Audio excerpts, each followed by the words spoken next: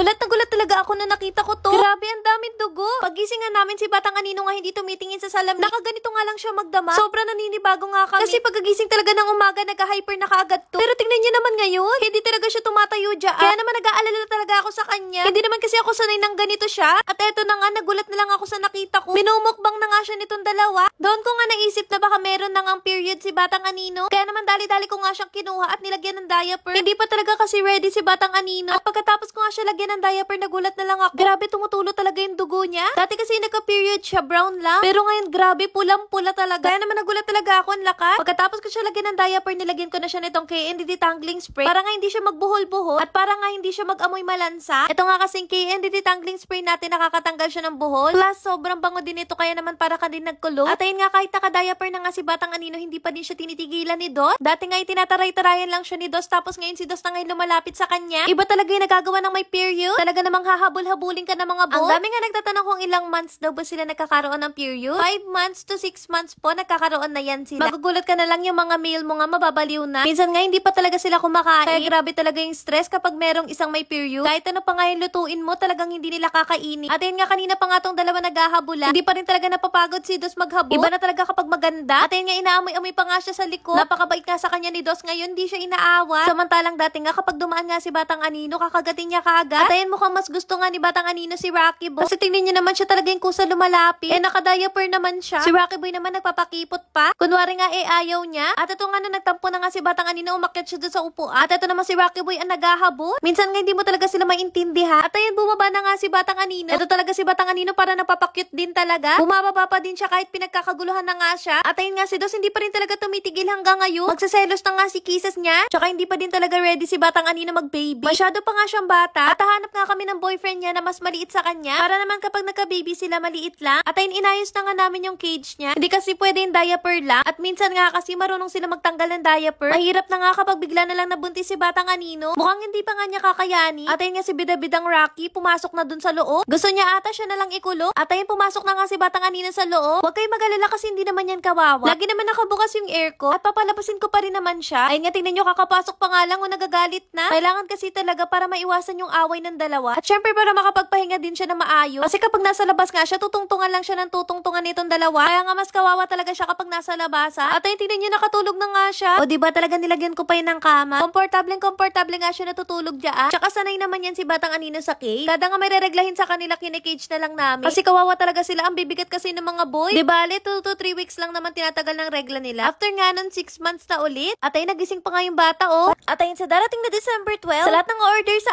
amin, mamimigay tayo ng mga stuffed toy. Kaya naman abangan nyo na yan sa 12/12. At ito yung mga products sa amin na pwede nyo mabili. Ito nga pala yung KN Detangling Spray. Gamitin mo to kung madaming buhol yung fur babies mo. Spray mo lang siya sa may buhol tapos i-brush mo, matatanggal na. Next naman itong pantanggal ng buhok sa tenga. KN Ear Powder. Makakatulong ito para mabilis nga mabunot yung buhok nila sa tenga. Ito kasi yung dahilan kung bakit bumabaho nga yung tenga nila. Pag natanggal mo na yung buhok, ito naman yung gamitin. KN Ear Cleaning Solution. Ito naman yung magtatanggal ng dumi sa loob ng tenga nila. At tatanggal din ito yung mabahong amo. Nakakatanggal din ito ng ear mite. At nakakapagpagaling ng mga maliliit na sugat sa tenga. Kung gusto mo umorder nito, nasa comment section.